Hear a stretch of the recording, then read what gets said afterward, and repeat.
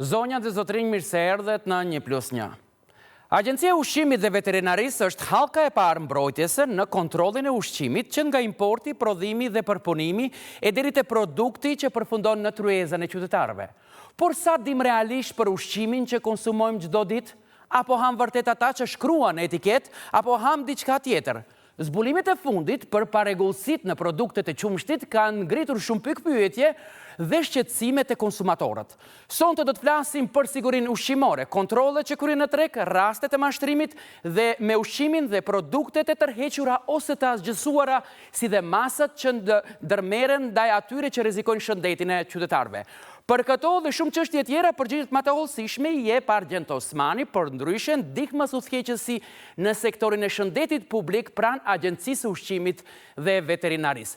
Pa humbur kohë, Mimrama, mirë se erdhe dhe faleminderit që pranot ftesën në këto momente, i themi zotëri Osmanit. Mimrama, mirë se erdhe, faleminderit edhe një herë.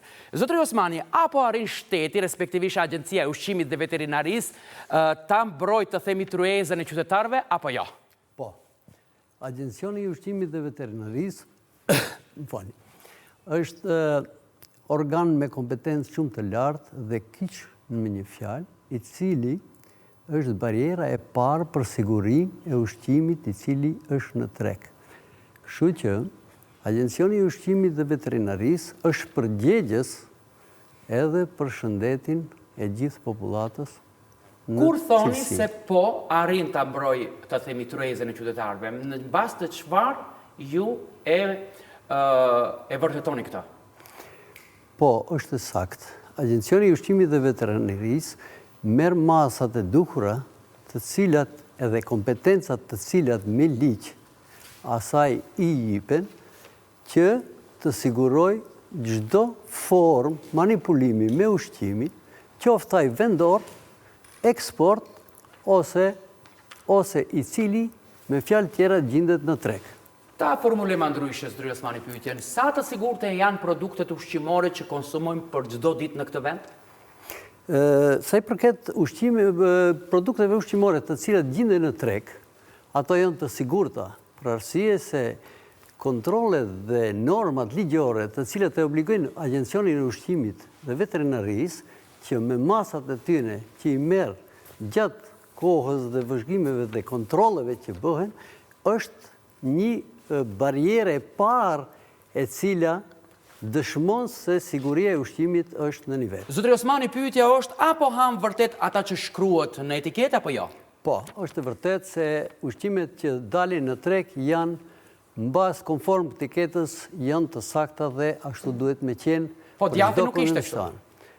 Ekziston mundësia edhe këtë gjëna të tilla janë gjëna të cilat lëshime të cilat mund të menjanohen dhe agjencioni i ka në kontroll. Çfarë treguan analizat e Agjencisë së Ushqimit dhe Veterinarisë për keqpërdorimet me një nga produktet, zotëri Osmani, më të shitura, më të konsumuara në këtë rast djathtin që vetë publikuat? Çfarë treguan? Analizat të cilat u morën në treg, u morën një sasi analizash prej 49 analizash në zinxhirin e marketeve në më të mëdha në shtet.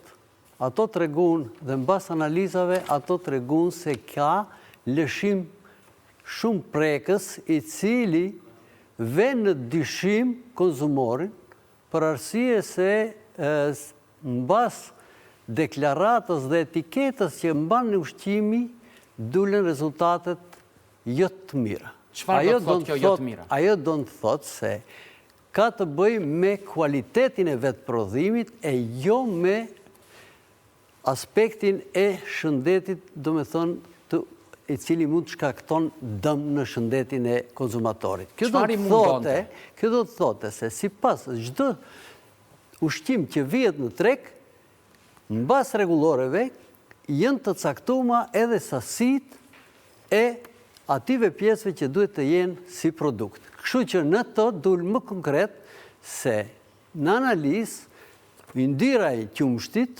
konkret dul në rregullore është 20% duhet të jetë si rregull, ajo në analizën dul se ka 1%. Kurse të disa tjerë produktet dul në vend që të jetë 25% yndyra, atje dul se është 5%, edhe këtu ka edhe një manipulim tjetër, i cili ka të bëj në vend yndyrës qumshtore, është yndyra palm.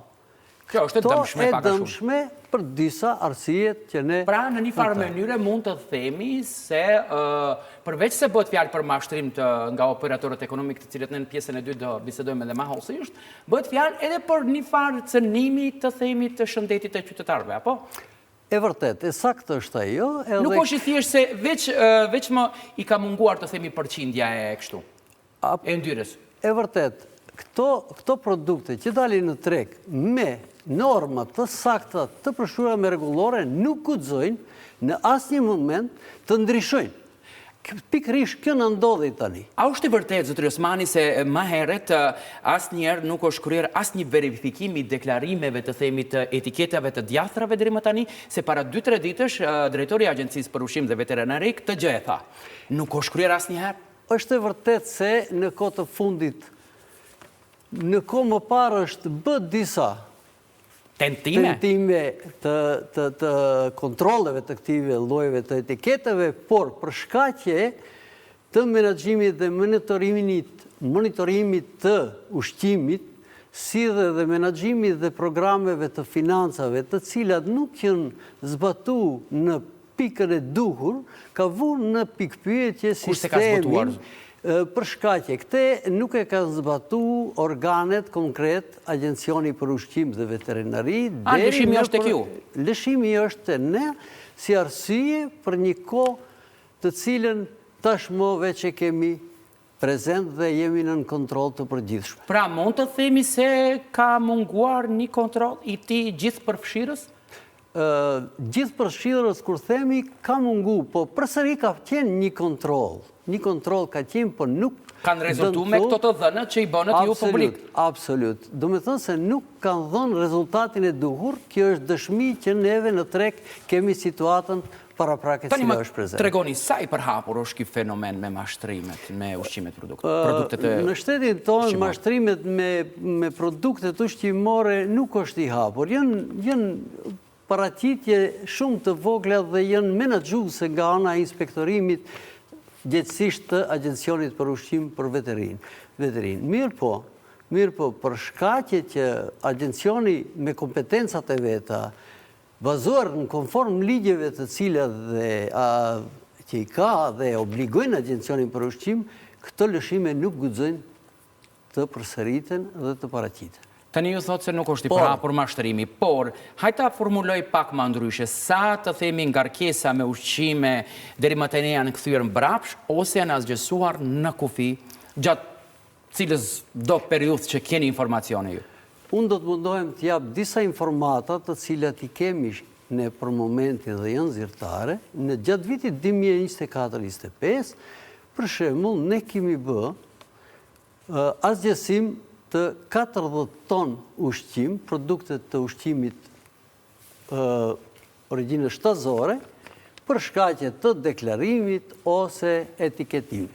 Po ashtu, ne kemi pas raste ku për shembull 40 ton të mishtrave, produkteve të mishtrave, ashtu. Kurse produkteve 2025-ën ne kemi pas ndërpre ose asgjësu 80 ton ushqime të origjine shtazore dhe jo shtazore, qoftë të vendit ose të jashtë. Çfarë konkretisht ishte mangët në këto sasi të mëdha të mishtrave? Konkretisht ishin pasojë e këtyre shmangjeve është etiketimi jo i saktë ose deklarimi i ushqimeve ashtu siç duhet. Kështu që Agjencioni ishte rrezik ndaj shëndetit e qytetarëve. Absolut. Për atë arsye, po pse themi se nuk kemi mashtrime, por ka mashtrime, po parandalohen nga agjencia. Ndoshta është më mirë kështu të thuat. Nuk e kisha përdor fjalën mashtrim, për arsye se operatorët nuk guxojnë të mashtrojnë. Për arsye se operatorët gjithmonë të ne mbas një intervenimi nga ana e inspektorimit ose Agjencionit për Ushqim, ato më gabimet e veta nuk janë paraqitur. Po ka lëshime, gjithmonë ka lëshime, dhe ato janë lëshime të cilët në gëzon fakti se Agjencioni i ka në kontroll të saj. Çfarë gjobash dhe masash parashikon korniza aktuale ligjore për subjektet që nuk respektojnë standardet e sigurisë ushqimore? Pra, ta formule më ndryshe, i asgjësoni të themi produktet ushqimore të cilat janë të dyshimta edhe që cenojnë qytetarëve, por shqiptoni gjoba edhe sa? Absolut. Është drejt edhe është konform ligjit, Agencioni për Ushqim dhe Veterinari, bazuar në ligjin për sigurinë e ushqimit, ligjin për kundërvajtjet dhe ligjin penal, ka gjoba të cilat janë prapa për Sa janë ato. Mirë, pa ato gjoba, në bazë të gjithë aktive mangësive që paraqiten gjatë kohërve të fundit, del se janë shumë të vogla. Po, sa ishin maksimal? 3.500 euro? Maksimal është 3.500 euro për operator, që do të thotë se kemi raste për shembull kur gjoba është shumë më e vogël në krahasim me asgjësimin e mallit, i cili duhet dalë të largohet prej tregut faktikisht mos vinë te konsumatorët. Dhe a nuk mendoni se duhet bërë disa ndryshime të themi të kornizës aktuale ligjore, veçanërisht në pjesën e gjobave? E vërtet, Agencioni i Ushqimit në kohë të fundit ka marrë masa dhe është në atë fazë ku veç bën përgatitjen e ndryshimit për gjobat, ku duhet, edhe jemi në konstatim, duhet të rriten gjobat, edhe këto lëshime duhet me njëherë sa më parë, me një fjalë duhet të menaxhohen, të futen në kornizë ligjore, që në të ardhmen mos më paraqit probleme të tilla. Ju ftoj të ulemi për të diskutuar më hosisht për gjitha këto. Ordoni.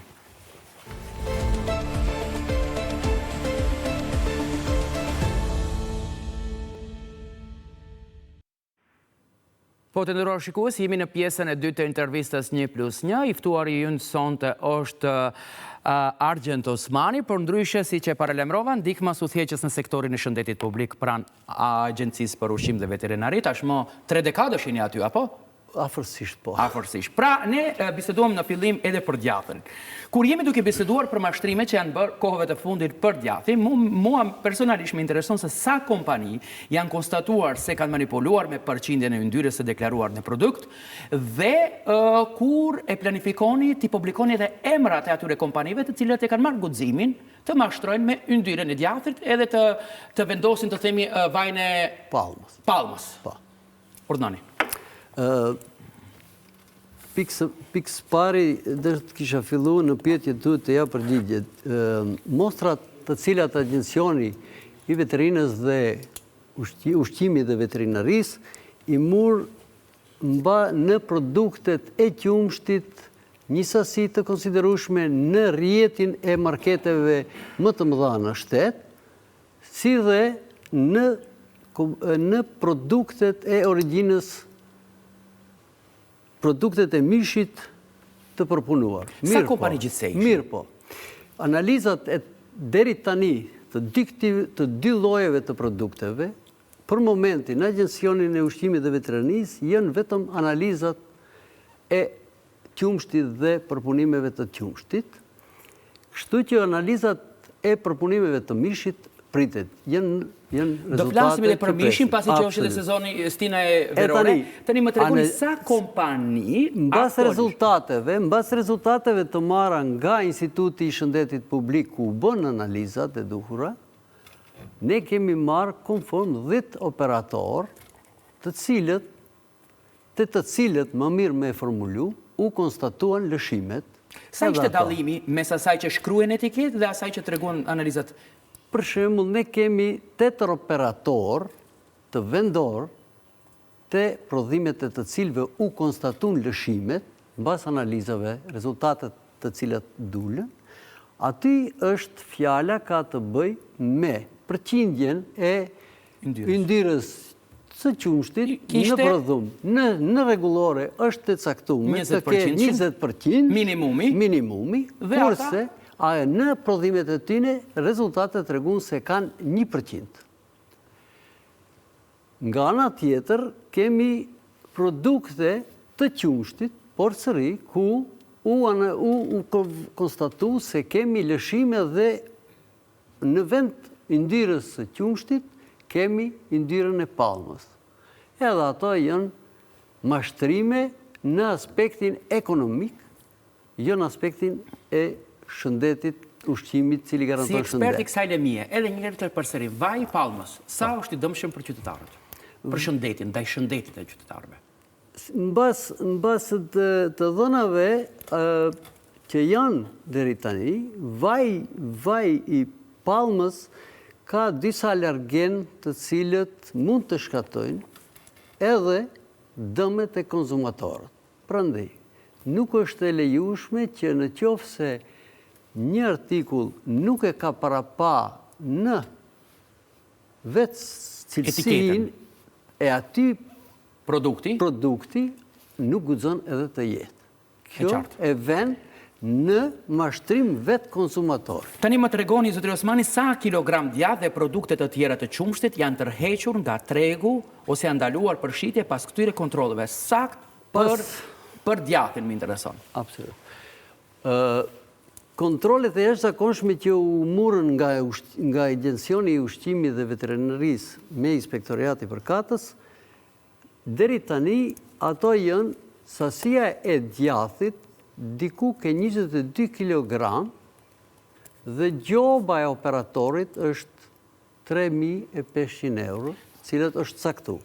3.500 euro. Djathi 22 kg nga një kompani keni tërhequr nga tregu? Jo, flasë tërësisht tash flasë tërësisht me të dhënat e gjithë operatorëve në sasi që përmenda se janë 10 kompani, por nuk e besoj se 22 kg, mos është 22 ton. Për momentin, flasim për atë të cilën është marë si masë në moment. Të dhënat tjera ende nuk jenë publikuar zyrtarisht për arsye se janë në formë analize edhe do dalim me zyrtarisht edhe me të dhënat të reja, ku do të konfirmohen të gjitha. Këto janë dhënat e para të cilat Agjencioni i hap publikut. Bëhet fjalë për mashtrime në lidhje me yndyrën e djathit. Ju po thoni se 10 operator ekonomik është konstatuar këtë lëshim ose mashtrim, hajde si ta quajmë, dhe deri në këtë momente, agjencia, nëse nuk jam gabim, ka 7-8 ditë që e keni zbuluar këtë, apo 2 javë, ashtu? Sa kilogram djath e keni tërhequr nga tregu? Këto dhona unë personalisht ende nuk i kam që të mund të manipulojmë edhe mos e vejmë në dyshim shqyqyuesin, prandaj them, të konfirmume janë 22 kg edhe gjoba që është parashtu operatorit po cilit nuk po. A mund të themi se 10 operator janë gjobitur me 3.500 euro? Jo të gjithë të njëjtën, po ka edhe aty ndryshime dhe oscilacione. Kjo 3.500 është gjoba maksimale e shkon në ulje. Që i bjetë, ma shumë dëm kanë me asgjësimin dhe tërheqjen e mallit, se sa nga korniza aktuale ligjore ndaj operatorët ekonomik. E vërtet është. Tani më tregoni çfarë masësh kanë ndërmarrë, më falni, Agjencia e Ushqimit dhe Veterinarisë ndaj operatorëve ekonomik që kanë kapur në shkelje, përveç këtyre dy gjërave të themi kryesore, 4.500 euro.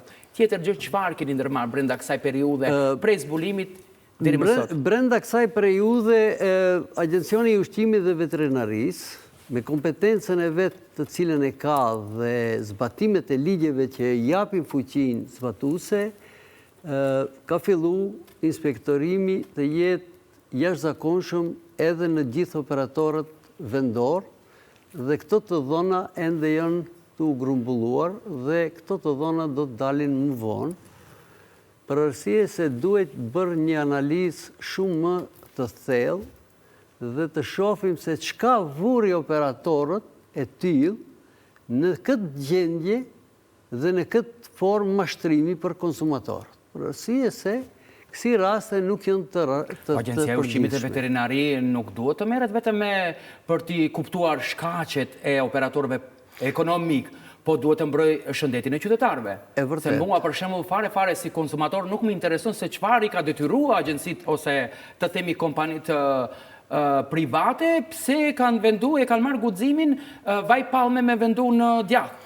Është vërtet. Kjo është percepcion i gabum në këtë drejtim. Pra agjencia duhet të interesojë vetëm shëndetin e qytetarëve në lidhje me këto mashtrime. Agencioni i ushqimit dhe vetërinë. Por, zotëri Osmani, nuk jam shumë i bindur se me 3.500 euro gjoba do në mund të vedison. Jo rastësisht, po doja të them se sa kompani të themi që përserisin shkeljet dhe a mendoni se në dëshkimet aktuale janë të mjaftueshme apo duhet ndërmarrë diçka tjetër për të vedicuar. Sepse më herët e thatë se në Agjencinë e Ushqimit dhe Veterinarisë nuk është se janë kryer analiza të tilla si tani. Pra diçka ka mbetur gjysmake.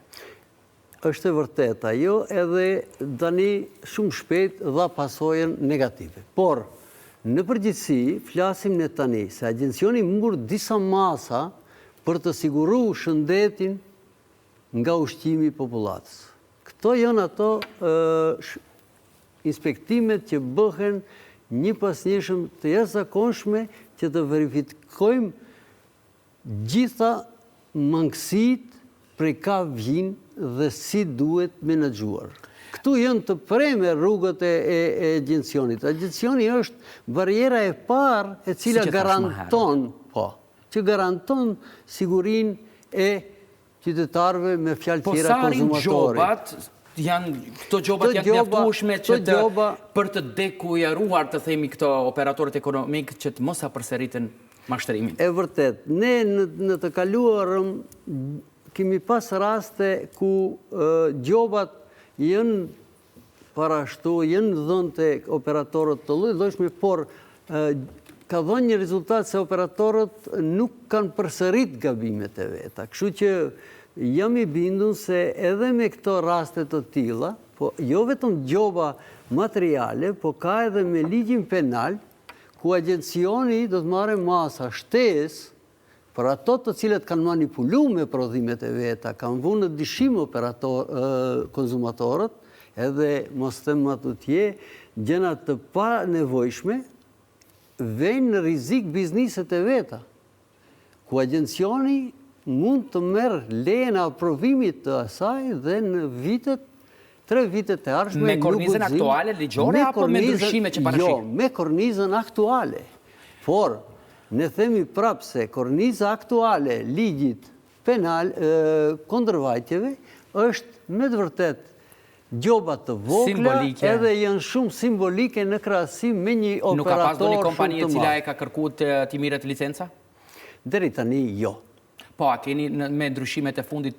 Ma tregoni një herë, a kanë të drejtë qytetarët të dinë se cilat kompani ka mashtruar konsumatorët dhe a do publikon emrat e tyre?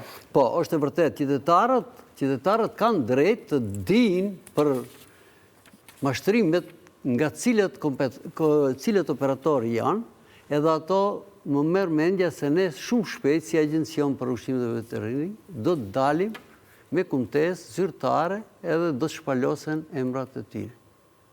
Kjo është çështje minimumi që mund të bëhet në bazë të besoj se në momenti kur do t'i publikoni emrat e kompanive, njëherët edhe do të kumtoni saktë se sa ton djath, sa kilogram. Absolut, konform. Kësa informate do të dalin edhe... Se si konsumator tani jemi të brengosur, pikërisht tani, qoftë unë, qoftë ju, kur blem djathra.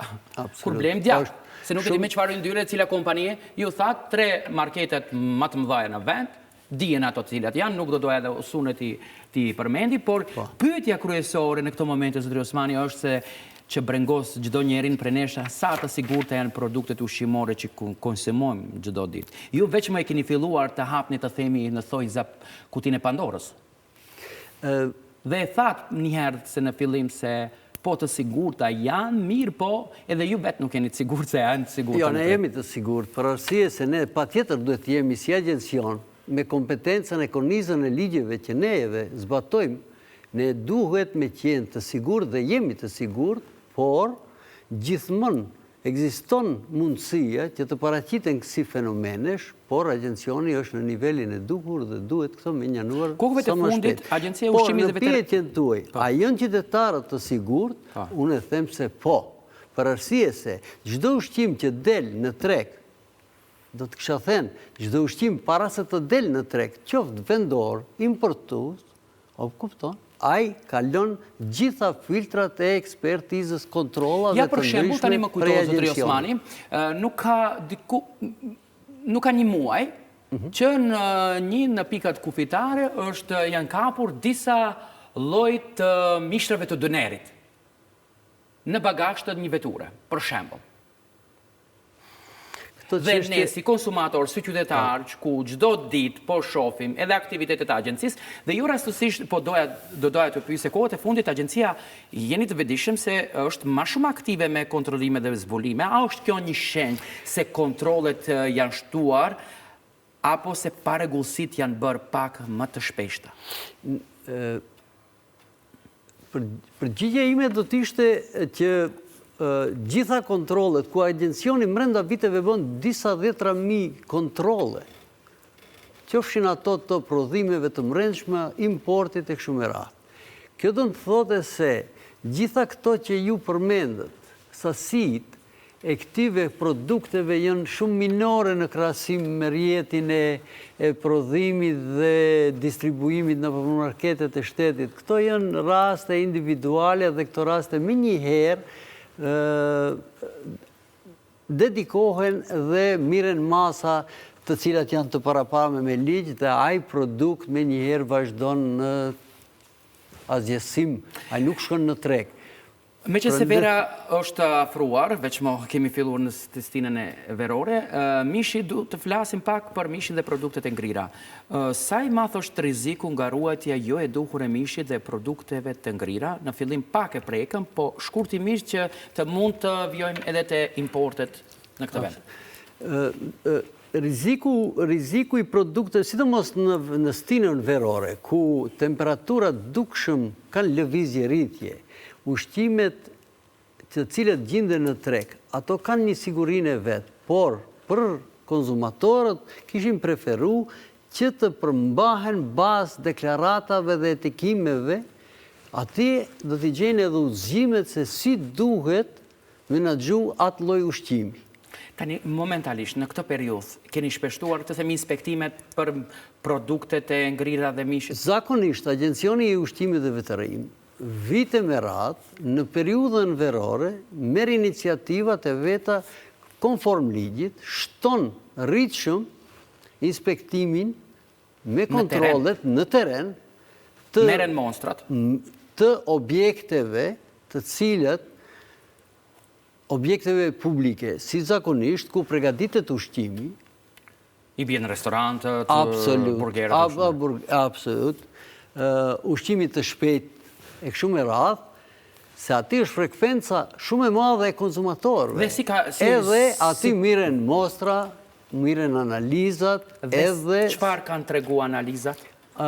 Gjitha këto masa viteve të kalume, kemi pas raste ku, për shembull, është verifiku ushqim i cili nuk duhet të jetë në përdorim vitin e kaluar. Vitet e kaluar, vitet e më të tjera. Këtë vit, ne ende jemi në fazë në herët të sezonit, inspektimet posa kanë filluar dhe rezultatet e tyre do t'jenë transparente dhe do të shpallen. A keni zbuluar raste kur produktet e ngrira janë shkrirë dhe janë rikthyer sërish në frigorifer për shitje?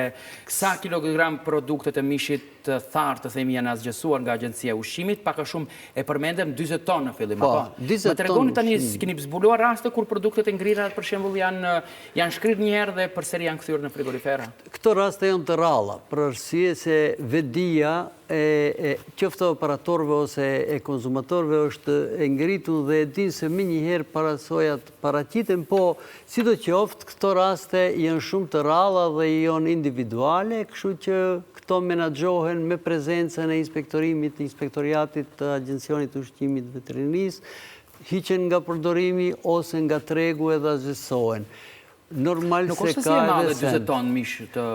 20 tonë mish ne thamë kemi kap gjatë tanë vitit, po ato kanë pas arsijet e veta, qoftë për etiketimin, qoftë për udhëzimet e kështu me radhë. Ja kanë marrë dorën, si kuptoj unë, qoftë industria e mishit, qoftë industria e qumshtit, e kanë marrë dorën me etiketet, me mashtrimet e etiketave. Kjo bie diçka që duhet diskutuar, po është pyetje shumë më thellë, ndoshta në lip një një hapje, një debat shumë më të mirë po.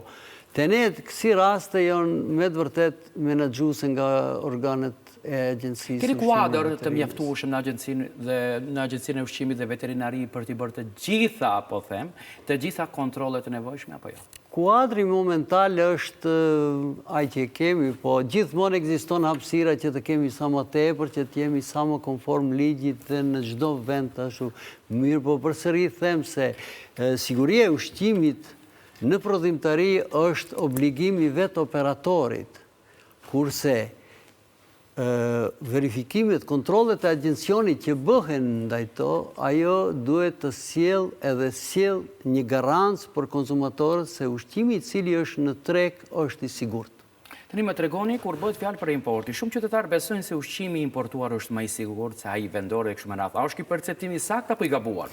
Për agjencionin e veterinës dhe ushqimit, ky percepcion është i gabuar. Për arsye se agjencioni i veterinës dhe ushqimit dhe veterinarisë është bariera e parë e cila ballafaqohet me çdo lloj ushqimi prej gado që vjen, qoftë brendshëm prodhim, i brendshëm ose ai i importuar.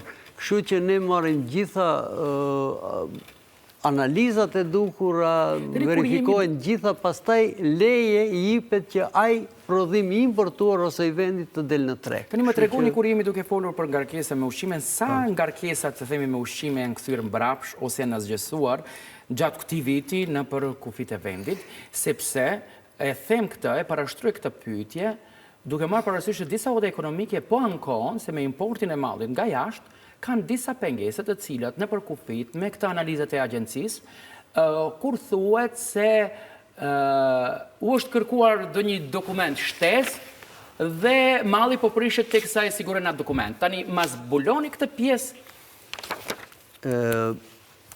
Unë përsëri do t'isha në përgjigje se gjatë këtij viti jemi në vitin 2026 ku ende të dhënat zyrtare nuk janë gjitha në nivel që të dalim me kumtesë zyrtare. Po, nga vitet e kaluara, bazuar më të them më haptës për vitit 2025, janë bërë disa inspektime dhe që thash më parë, ushqimet dhe produktet e mishit, ku thamë se është zgjesuar 40 ton, pastaj kemi 80 ton të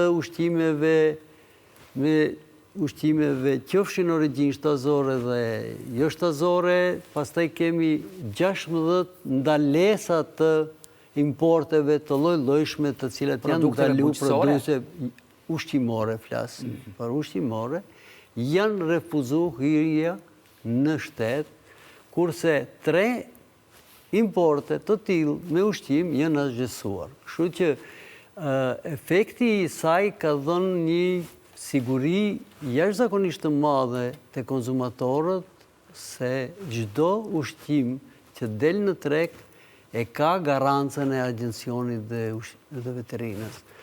Kjo do të thotë se ne jemi në rrjet edhe gjithmonë tentojmë që në rend të parë kemi sigurinë e konsumatorëve me metoda dhe zbatimet konform ligjit që të menaxhojmë çdo rast të tillë. Nga ana tjetër janë restorantat, furat, pasticqeritë dhe lokalet nën kontroll të shtuar gjatë sezonit veror. Po, janë në atë edhe këto aktivitete gjithmonë agjencioni, siç përmenda më parë, i merr në sezon, në fillim të sezonit dhe ato do të vazhdojnë deri në mbarim të sezonit. Gjatë muajve të verës rriten rastet e helmimeve ushqimore, dini ju. Po. Arriten ose paraqiten, kemi një paraqitje të tillë të helmimeve të ndryshme. Në këtë drejtim, cilat janë gabimet më të shpeshta që bëjnë edhe qytetarët, po edhe bizneset, që keni konstatuar ju ndër vite? E vërtet është se edhe bizneset, edhe konsumatorët, gabimet më të shpeshta që hasen janë ato se nuk ju përmbahen udhëzimeve dhe deklaratave në etiketën e ushqimit. Në çfarë forme të ruhet ushqimi, në që se ka dhe thot se duhet të ruhet në temperaturë +4, ajo është normë që duhet ruhet aty. Ose për shembull thotë se një ushqim nuk guxon të manipulohet me këto e me këto. Ka lloj, po gjitha këto informata konsumatori i merr gjatë blerjes dhe verifikimit të vet etiketës. Etiketa e cila një gjë shkruan, zotëri Osmani, tjetër gjë na rezulton në qoftë se Agjencia për Ushqim dhe Veterinari e zbulon. Se tash kemi dilema edhe me etiketat. E vërtet është, por tani aktiviteti i Agjencionit për Ushqim është në rrugë të zbulojmë gjithçka që është e pa rregull, që ka dalë për rregullave. Atë pikërisht dësha të ceki.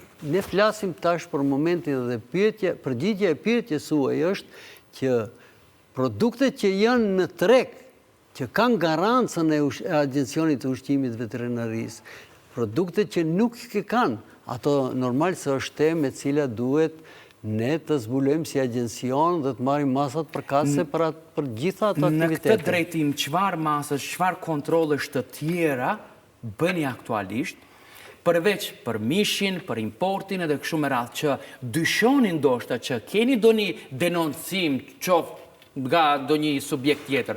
Pra çfarë kontrollesh tjera bëni? Unë më të jem më i përpikt në këtë pyetje. Agjencioni i Ushqimit dhe Veterinarisë bën vazhdimsi kontrollet e rregullta, kontrollet e jashtëzakonshme dhe kontrollet në bazë të lajmërimeve të konsumarëve. A ka aktualisht ndonjë produkt, zotëri Osmani, në treg për të cilën qytetarët duhet jenë veçanërisht të kujdesshëm? Jo, për momentin jo. Cili është zbulimi më shqetësues që inspektorët e AUV-s kanë bërë gjatë këtyre 5, 6, 7, 8 muajt e fundit, përveç me djathtin, nëse quani ju si zbulim? Pjesa e djathtit është pjesë cila na, në bazë rezultateve të marra si analizë, shtesë në kontrollet e jashtëzakonshme, e hapi këtë temë, po unë nuk do të kisha shku kështu në përgjigje. Përgjigje është se ne jemi në kontinuitet të vazhdueshëm në teren. Zbatojmë normat, programet të cilat i kemi konform ligjit të caktuara pavarësisht hapjes së kësaj lloj manipulimi ose jo. Ne në vazhdimsi vazhdojmë edhe do të vazhdojmë më të tjetë të garantojmë cilësitë dhe sigurinë e ushqimit për çdo qytetar në vend. Nëse sot do të bëni një vlerësim, a është tregu ushqimor më i sigurt sot ose para 5 vite, cili do të ishte përgjigje e juaj? E vërtet se lëvizje ka në atë drejtim.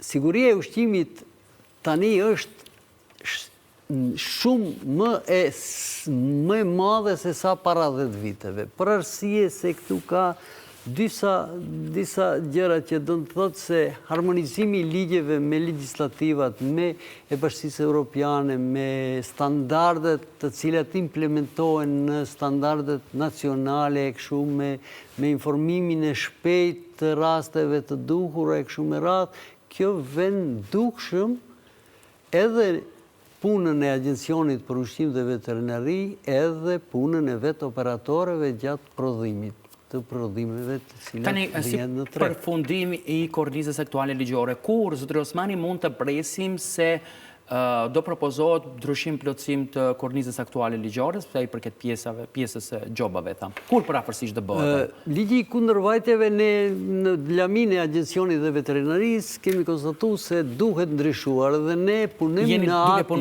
jemi duke punuar në përpilim të një zgjidhje më e re për ligjit, cili do të shohim për arsye se ky ligj nuk mund ndryshon vetëm për nevojat e agjencionit. Ky ligj duhet të ndryshon edhe për inspektoriate të tjera edhe për institucione të cilat pikërisht i përket gjatë zbatimit të punëve të tyre. Por është më si nevojshëm për jush? Po, për ne patjetër. Keni nevojë për punësime në këtë agjenci? Për kuadër të ri? Kemi nevojë, po ato nuk varen prej nesh, ato varen prej. Sa të punësuar numëron aktualisht? Ne jemi diku gjithsejt afër 400 të punësuar, kurse në qendër të agjencionit jemi diku afër 200. Rumbullaksoj, nuk kam të dhënat të sakta, po përgjithësi gjithsejt afër 400 punëtor në tërë Republikën e Maqedonisë. Tani në fund, çfarë mesazhi keni për qytetarët që për çdo ditë ushqejnë familjet e tyre me produktet që blenë në treg, duke besuar se institucionet po i mbrojnë? Mesazhi im do të ishte shumë i sinqertë dhe i shkurt që qytetarët të jenë të sigurt dhe të besojnë në punën të cilën e bën Agjencioni për Ushqim dhe Vetërinë dhe garantojmë që ushqimet dhe produktet që janë në treg kanë garancën e Agjencionit për Ushqim dhe Veterinari. Po ashtu kisha lutë që gjithë konsumatorët në rastet të vërejtjeve të ndryshme të cilat kalojnë normat e asaj sigurie për të cilën e flasim, mund të lajmërohen në numrin të cilin e kemi të hapur. Po si jemi të sigurt se djathi me yndyrë të mashtruar janë tërhequr nga tregu dhe nga raftet e marketeve? Po. Si të jemi të sigurt? Ate do të dëshmon vetë, po ajo nuk do të thotë se ato do të tërhiqen edhe nuk do të zaventësojnë me tjerë të cilët i plotësojnë kushtet dhe normat të cilët, për arsye se konsumatori lip të ketë ushqim në treg. Edhe është shumë e normal. Jo konform, jo në kundërshtim me ligjin. Absolut, pikërisht atë. Po prapë kthehem pyetjes që gjitha opsionet konsumatorët i kanë të hapura në bashkëpunim me Agjencionin e Veterinës, ku do të na ndihmojnë edhe neve për menjanimin edhe hapjen ose dedikimin e këtyre rasteve të devijueshme. Zotëri Osmani, unë e ka pyetja pata për këtë intervistë. Nëse keni diçka për të shtuar që mendoni se nuk i kemi prekur, minutat në vazhdim janë për ju, por mos harroni se përgjigjen më kryesore nuk ma keni dhënë se për sa ton djath bëhet fjalë me këtë mashtrim të etiketave dhe yndyrës, dhe kur të dim sakt, kur do të kemi një komunikat zyrtare nga Agjencia për Ushqim dhe Veterinari, ku do në thuhet sakt se sa kilogram djathra janë tërhequr nga marketet dhe shumë e radhë. E vërtet se në atë pyetje ne nuk dham përgjigjet sakt, për arsye se në kompetencën time ende nuk e kam, si kur ta kishim do ta shpalosshim, po ajo më varet nga shumë analizat që duhet bërë dhe të dalim me një kumtes shumë zyrtare e cila do t'i mbulon të gjitha pyetjet e hapura të cilat ju i parashtut, po mendoj se në të ardhmen edhe këto do shpalosen edhe jemi në disponim që të ndajmë informatën edhe me ju edhe me publikun. Faleminderit që morët pjesë në intervistën 1+1. Ju faleminderit për ftesën. Faleminderit. Të nderuar shikues, kjo ishte gjithçka që përgatita sonte për ju. Faleminderit që na ndoqët. Bashkëmiru pafshim javën e ardhshme, ndërsa ju vazhdoni të qëndroni me programin e servisit publik në TVM2 dhe TVM2 Sat.